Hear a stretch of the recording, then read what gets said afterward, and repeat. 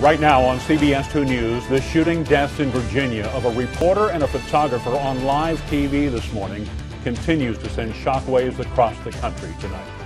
Good evening. This is what we know right now. The gunman in that attack, Vester Flanagan, also known as Bryce Williams, is dead. Police found him in the hours after the shooting in a car along an interstate. He died in a hospital from a self-inflicted gunshot wound. Authorities say he was fired from the same TV station 2 years ago.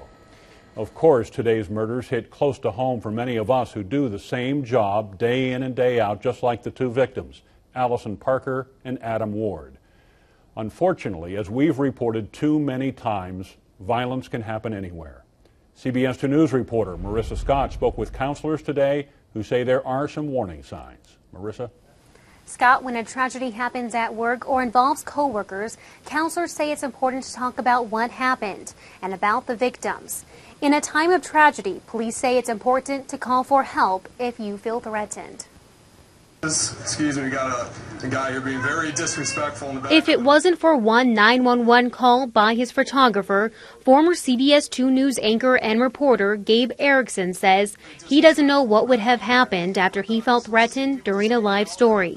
Covering a shooting in a neighborhood in Cedar Rapids, and we just had some guys pestering me before the live shot. What the viewers don't see in this video is how long these guys were hanging around. Erickson says they had been talking with him 20 minutes prior to his live shot, and they didn't go away. It happened to be timed out that they came to me on television while this was still happening. The director back at the television station played scene video while Erickson read his script. Then an interview, and back to the anchors who said they would keep updating viewers on the shooting. You kind of think, what is happening right now? Erickson says his story doesn't compare to Wednesday morning shooting after a Virginia reporter and photographer were shot during a live interview. Counselors say these stories prove coworkers need to have each other's back because you never know what can happen. We've made workplaces into very unfriendly places.